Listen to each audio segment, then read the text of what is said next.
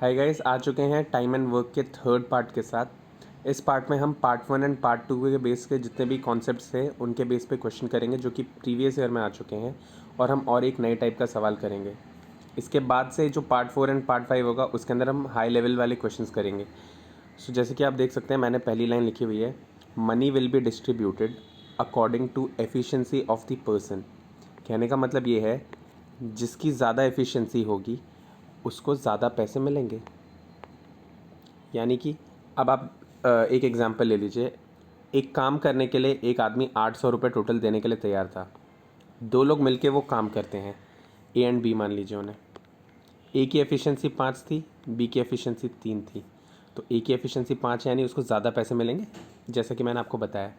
सो अब आप यहाँ से देख सकते हैं, 5 एफिशिएंसी और 3 एफिशिएंसी दोनों को जोड़ लेंगे तो 8 आ जाएगी आपकी एफिशिएंसी।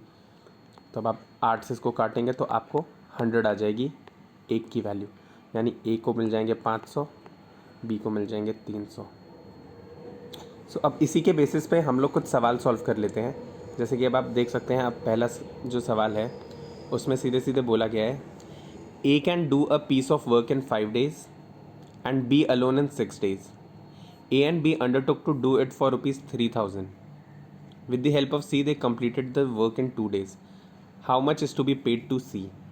हमें सी का शेयर निकालना है कि उसको कितने मिलने वाले हैं। तो यहाँ पे आप जैसे कि देख सकते हैं, ए एक काम करने के लिए, ए को एक काम करने के लिए 5 दिन लग रहे थे तो ए के आगे 5 लिख लिया। बी को वो काम करने के लिए 6 दिन लग रहे थे, लेकिन जब ये तीनों साथ में काम कर रहे थे, क्योंकि जितने ज़्यादा लोग उतना कम समय लगेगा,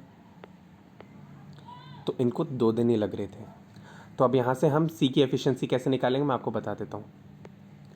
तो ये हमारा एलसीएम वाला मेथड, 5, 6 और 2 का एलसीएम 30 होता है, यानी कि ये 6 बार जाएगा, 6 वाले में 5 बार जाएगा एंड 2 वाले में 15 बार जाएगा। तो अब यहाँ से देख सकते हैं, ए की एफिशिएंसी तो 6 है, बी की एफिशिएंसी तो 5 है, तो सी की कैसे निकाल लेंगे। ए प्लस बी प्लस सी की वैल्यू 15 है एंड ए प्लस बी दोनों मिला के 6 एंड 5 मिला के 11 आ रहा है आपका। सो 11 प्लस सी बराबर 15, तो सी बराबर 4। तो यहाँ से हमें सी की भी एफिशिएंसी 4 आ गई। अब हम एफिशिएंसी के बेसिस पे पैसे बांटते हैं। तो ए की एफिशिएंसी 6 है, तो लिख लेते हैं ए की एफिशिएंसी 6 है, बी की एफिशिएंसी 5 है और सी की एफिशिएंसी 4 है। तो यहाँ से आपको टोटल वर्क के 3,000 रुपये मिल रहे थे। तो अब आपको इनको डिवाइड करना पड़ेगा। 3,000 को आपको 6, 5 और 4 में डिवाइड करना है, यानी कि 6 + 5 11, 11 + 4 15, ये सारे मिलके 15 बन रहे हैं। तो 15 की वैल्यू आपकी बराबर है 3,000 की, यानी एक बराबर हो जाएगा आपका 200। डिवाइड कर दिया इसको। अब हमें पूछा किसका है, सी का, तो 4 बराबर हो जाएगा 200 × 4 यानी 800 रुपये। और यही है इसका आंसर, ऑप्शन डी।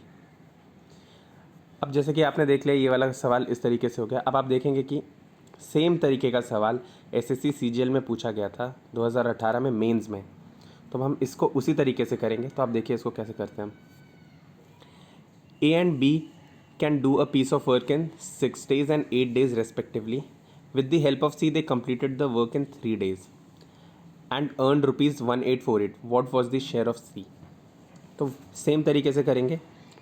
ए का पता है हमें, ए कितना ले रहा है, ए ले रहा है 6 दिन, बी कितना ले रहा है 8 दिन, एंड तीनों साथ में मिलके कितना ले रहे हैं, ए प्लस बी प्लस सी 3 दिन ले रहे हैं। तो एलसीएम ले लेते हैं।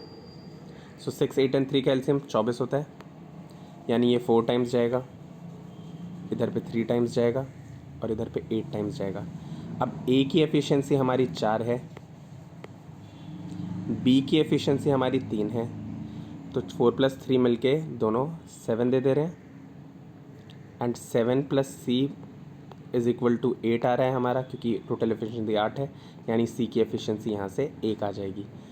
तो अगेन हमें ए बी एंड सी की एफिशिएंसी पता चल गई है, 4, 3 एंड 1।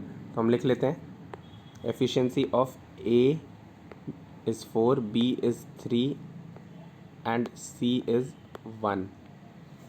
और हमें टोटल पैसे कितने दिए गए हैं, 1848। तो कुछ नहीं करना है, बस 1848 लिखो क्योंकि वो टोटल अमाउंट है। एंड टोटल कितना है, 4 + 3 7, 7 + 1 8, 8 से डिवाइड कर दो इसको, तो ये आपको 1 की वैल्यू दे देगा, जो कि हमें निकालना ही है। तो अब हम डिवाइड करते हैं। 8 2 ज़ा 16, 24 बचा, 8 3 ज़ा 24, पूरा ख़त्म, और लास्ट में 8 बचा है, यानी 1 231। सो हमें 1 का ही वैल्यू निकालना था, जो कि 231 रुपीज़ था, और यही है इस क्वेश्चन का answer, option D. So guys, अब हम लोग पार्ट 1 एंड पार्ट 2 के बेस पे जो हमने कॉन्सेप्ट सीखे थे, उनके बेसिस पे प्रीवियस ईयर वाले कुछ सवाल करके देखते हैं। जैसे कि आप ये क्वेश्चन देख सकते हैं, इसमें क्लियरली दिया गया है, to do a certain work the ratio of efficiency of A to B is 3:7. Working together, they can complete the work in 10.5 days. They work together for 8 days, but लेकिन इन्हें 8 दिन काम किया है। उसके बाद जो 60% ऑफ द रिमेनिंग वर्क है, वो A को जो है अकेले करना होगा, तो वो कितने दिन लेगा, ये पूछा गया है सवाल में। सो अब देखिए, आपको सीधे सीधे एफिशिएंसी तो दे दी गई है, सो आप एफिशिएंसी लिख लीजिए। एफिशिएंसी ए का दिया है एंड बी का दिया है, तो ए की एफिशिएंसी 3 है, बी की एफिशिएंसी 7 है। और अब आपको पता है कि जो टोटल वर्क हमारा होता है, वो होता है number of days into efficiency, number of days into efficiency. So यहाँ पे हमें पता है क्लियरली कि नंबर ऑफ जो डेज़ हैं हमारे, वो 10.5 हैं जब वो साथ में वर्क कर रहे थे, एंड एफिशिएंसी हमारी टोटल निकाल लेंगे हम 3 + 5 विच इज़ इक्वल टू 10, जो कि 10 हो जाएगी। तो हमारा जो टोटल वर्क आ जाएगा वो 105 हो जाएगा। लेकिन एक्चुअल में वर्क किया कितना है हम लोगों ने, दैट इज़ वर्क डन कितना है।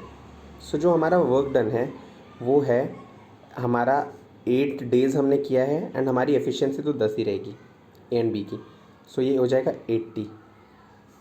तो अब आप देख सकते हैं टोटल वर्क 105 है एंड वर्क डन हमारा 80 है। तो रिमेनिंग वर्क क्या हो जाएगा, दोनों को सब्ट्रैक्ट कर देंगे।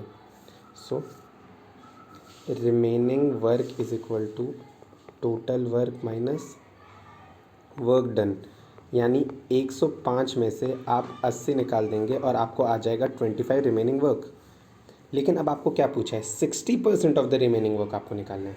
तो 60% यानी कि 3/5 होता है, एंड उसका 25 जब आप निकालेंगे तो आपको आ जाएगा 5 5 = 25, 3 5 = 15। सो आपको 15 वर्क निकालना है। अब आपको पता है वो भी कौन कर रहा है, ए। तो आपको पता है ए की एफिशिएंसी 3 है, यानी एक दिन में वो 3 काम कर रहा है। तो 15 काम कितने दिन में करेगा, दोनों साइड 5 मल्टीप्लाई कर दीजिए। सो 5 दिन में वो 15 काम करेगा, यानी कि ऑप्शन सी है इसका आंसर। सो गाइज़, अब हम और आगे बढ़ते हैं और हम एक और सवाल करते हैं। सो जैसे कि आप ये सवाल देख सकते हैं, इसमें बोला गया है a certain number of persons can complete a work in 34 days working 9 hours a day if the number of persons is decrease by 40%। Decrease किया गया 40% से, यानी कि अब वो 60% लोग ही काम कर रहे हैं उसमें। Then how many hours a day should the remaining persons work to complete the work in 51 days। ये मीन्स 2018 में आया गया है ये सवाल। तो अब आप देख सकते हैं कि इसके अंदर हमें मैन के बारे में बोल दिया गया है, डे के बारे में बोल दिया गया है, एंड आर के बारे में बोल दिया गया है। तो सीधी बात है MDH वाला फॉर्मूला लगेगा। तो हमें पता है मैन, पहले वाले में हमें कहीं पे भी मैन के बारे में मेंशन नहीं किया, तो उसको कोई एक क्वांटिटी मान लेते हैं x। So man into days, पहले वाले में 34 है and they are working for 9 hours each, तो इनटू 9 है, एंड दोनों का वर्क सेम है। तो जब आप वो फार्मूला देखते हैं M1 D1 H1 divided by W1 is equal to M2 D2 H2 divided by W2। जब W1 एंड W2 इक्वल होते हैं तो ये जाहिर सी बात है नीचे नीचे कट जाएंगे, ये तो लिखने की ज़रूरत नहीं होती है, तो इसलिए हम लिखते नहीं हैं उसको, टाइम सेव होता है उससे। एंड यहाँ पे अब आपको बोल दिया गया है if the number of persons is decrease by 40%, decrease हो गए हैं बाय 40%, यानी कि 60% ही वर्क कर रहे हैं। एंड 60% का सिंपल सा फ्रैक्शन है 3/5, एंड कितने लोग हैं, x लोग हैं, तो 3/5x इंटू ये वर्क कर रहे हैं फॉर 51 days। और हमें निकालना क्या था कि फॉर हाउ मैनी आवर्स, तो हमें इसके आवर्स निकालने हैं, तो इसको हम y मान लेंगे। तो आप देख सकते हैं दोनों साइड x कट जाएगा, ये 17 से कटेंगे 34 एंड 51, 17 2 ज़ा 17 3 ज़ा अब आप देख सकते हैं यहाँ पे दो थ्री हैं, तो 3 3 ज़ा 9, सो ये वाला 9 और ये दोनों 3 कट जाएंगे। एंड यहाँ पे 2 बचा था और यहाँ पे डिनोमिनेटर में 5 बचा था, तो y इक्वल टू 10 आ जाएगा। और यही है इस क्वेश्चन का आंसर, ऑप्शन बी। सो सीधे सीधे MDH के ऊपर एक सवाल आ गया था। सो गाइज़ अब हम आगे बढ़ते हैं। सो गाइज़ अब हम थोड़ा सा ट्रिकी सवाल करते हैं। सो आप ये सवाल देख सकते हैं, इसमें हमें बताया गया है A can do 40% of a work in 12 days, 40% काम कर रहा है 12 दिन में। Whereas B can do 60% of the same work in 15 days, both work together for 10 days, दोनों मिलकर साथ में 10 दिन ही काम कर रहे हैं। बट C कंप्लीट कर देता है बाकी बचा हुआ काम 4 दिनों के अंदर। तो अब आपको बताना है A B C साथ में मिलके 28% ऑफ द वर्क कितने दिन में करेंगे। सो सबसे पहली चीज़ हमें पता है कि ये 40% है, तो 40% यानी कि 40/100, जिसको आप काटेंगे तो आपको आ जाएगा 2/5। सो ये 2/5 वर्क कर रहा है 12 दिन में। तो हम एक काम करते हैं, हम पूरा काम करने में कितने दिन लेगा A वो निकाल देते हैं। तो अब आप यहाँ से ये 2/5 है, तो इसको हमें 1 बनाना है, तो इस पूरे को उस तरफ शिफ्ट कर दो, ये पूरे टर्म को इधर शिफ्ट कर दो, तो यहाँ पे 1 बच जाएगा एंड वहाँ पे 12 × 5/2 बचेगा। तो ये 2 6 ज़ा एंड 6 5 ज़ा 30, यानी पूरा काम A करेगा 30 दिन में। तो हमें पता चल गया कि A पूरा काम 30 दिन में करे। उसी तरीके से B 3/5 काम कर रहा है 15 दिन में, तो हम लिख देंगे B 3/5 वर्क इन 15 डेज़। तो हमें पूरा काम करना है, तो हम उस तरफ पूरा भेज देंगे इसको, यानी एक पूरा काम करेगा 15 × 5/3, 3 5 ज़ा 15, 5 5 ज़ा 25। सो B इस काम को 25 दिन में कर रहा है। तो अब आप देख सकते हैं हमें पता चल गया है A पूरा काम करने के लिए 30 दिन ले रहा है, B वो पूरा काम करने के लिए 25 दिन ले रहे हैं। अब हमें बताया गया है कि जो C है वो बचा हुआ काम 4 दिन में कर दे रहा है। तो हम 30 एंड 25 के हिसाब से अभी हम इनकी वो निकाल लेते हैं एफिशिएंसी। सो 30 एंड 25, इन दोनों का एलसीएम कितना आएगा हमारा, 150 आएगा। सो 30 5 ज़ा 150, 25 6 ज़ा 150, तो ये 5 + 6 एक दिन में 11 काम कर रहे हैं। इन दोनों को जोड़ लीजिए, एक दिन में 11 काम कर रहे हैं, तो इन्होंने मिलकर साथ में 10 दिन किया है। सो 10 दिन में कितना काम करेंगे, 110 काम करेंगे, और हमारा टोटल वर्क 150 आ गया है। एंड हमने वर्क कितना किया है, 110, तो बचा कितना वर्क, 40, एंड 40 वर्क है ये हमारा बचा हुआ। तो ये 40 वर्क C 4 दिन में कर रहा है। तो अब हम इस C का कैसे निकालेंगे देखते जाइए बस। तो 40/150 वर्क C कर रहा है 4 दिन में, इसको काटेंगे 4। अब आपका 4/15 वर्क 4 दिन में कर रहा है, तो एक वर्क करने के लिए क्या करेंगे, पूरा उधर भेज देंगे, तो 4 × 15/4, 4 4 कट गया, एक दिन में नहीं, एक पूरा वर्क 15 दिन में कर रहा है। तो हमें यहाँ से C का भी मिल गया, पूरा काम वो 15 दिन में करता है।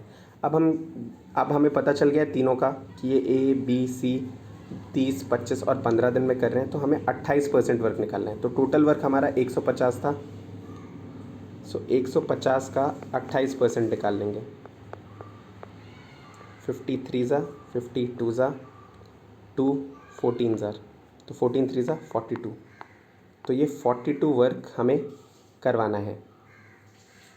तो 42 वर्क करवाना है, ध्यान में रखिए। तो A कितने दिन में कर रहा था, 30 दिन, B कितने में, 25 दिन, और C कितने में, 15 दिन।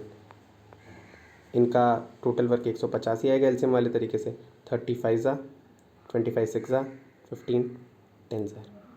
तो एक दिन में ये लोग तीनों A B C साथ में मिलकर कितना काम कर रहे हैं, 5 + 6 11, 11 + 10 21, इन तीनों को जोड़ लिया, ये एक दिन का काम हो गया 21। तो हमें 42 वर्क करना था, तो 21 2 ज़ा 42 हमें पता ही है, तो दोनों साइड 2 मल्टीप्लाई कर दो, यानी कि 2 दिन में ये 42 वर्क करेंगे साथ में मिलके, जो कि हमारा ऑप्शन भी, और यही है इस क्वेश्चन का आंसर। सो ये थोड़ा ट्रिकी क्वेश्चन था, लेकिन अगर आप ऐसे करेंगे तो आपको आराम से आ जाएगा ये क्वेश्चन। अब हम इस क्वेश्चन के बाद और एक क्वेश्चन बचा है हमारा, हम वो भी कर लेते हैं। तो आप देख सकते हैं जैसे कि सवाल दिया गया है, to do a certain work the ratio of efficiencies of x and y इज़ 5:4। एक्स एंड वाई की जो एफिशिएंसी है वो 5 and 4 दी गई है। Working together they can complete the same work in 10 days। Y alone starts the work and leaves after 5 days। The remaining work will be completed by X alone. ये भी mains में आया है। तो आप देख सकते हैं कितने सारे सवाल आते हैं टाइम एंड वर्क से। तो आप लिख लीजिए एफिशिएंसी एक्स वाई। तो एक्स की एफिशिएंसी 5, वाई की एफिशिएंसी 4। तो हम टोटल वर्क निकाल सकते हैं। नंबर ऑफ़ डेज ये काम कर रहे हैं 10 इंटू टोटल एफिशिएंसी 5 + 4 यानी 9। तो टोटल वर्क आ गया हमारा 90। और हमें क्या बोला गया है, Y alone starts the work and leaves after 5 days। अब वाई की एफिशिएंसी 4 है, तो यानी कि एक दिन में वो 4 काम कर रहा है और उसने काम कितने दिन किया है, 5 दिन। तो 5 दिन में ये कर लेगा 20 काम, यानी कि वर्क डन जो हमारा है वो है 20 अभी तक, एंड टोटल वर्क हमारा 90 है, यानी रिमेनिंग वर्क कितना हो गया 70। और अब वो एक्स कितना दिन में करेगा, तो हमें पता है एक दिन में एक्स 5 काम कर रहा है, तो 70 वर्क कितना दिन में करेगा। तो आपको पता है इसको हमें 70 बनाना है, तो हमें पता है 14 5 70 होता है, तो दोनों साइड 14 मल्टीप्लाई कर लीजिए। सो 14 यहाँ पे भी 14 करेंगे तो 14 × 5 70। तो 70 वर्क ये कर रहा है 14 दिन में, जो कि ऑप्शन बी है, और यही है इस क्वेश्चन का आंसर। सो गाइज़ इस वाले वीडियो में हम इतने ही क्वेश्चन करेंगे। जैसे कि आप देख सकते हैं कि कितने सारे सवाल आते हैं एसएससी सीजीएल मेंस में, एंड बाकी एग्ज़ाम्स में भी आते हैं। आगे वाले वीडियोज़ में जब मैं क्वेश्चन करवाऊँगा, मैं आपको बाकी एग्ज़ाम्स के भी क्वेश्चन कराया करूँगा।